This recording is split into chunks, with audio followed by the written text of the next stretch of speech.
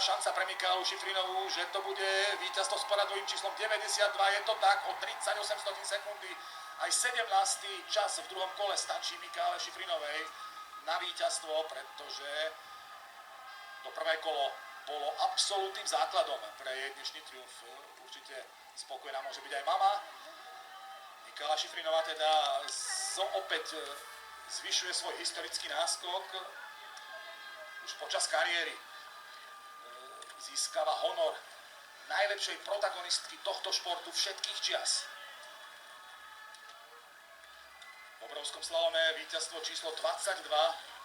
Už v minulej sezóne prekonala historický rekord aj v tejto disciplíne, ktorý držala dlho Švajčiarka Franny Schneiderová ešte zo začiatku 90. rokov s 20 víťazstvami, no a momentálne už je Šifrinová aj v obrovskom slalome historickou líderkou v tejto chvíli s 22 víťazstvami.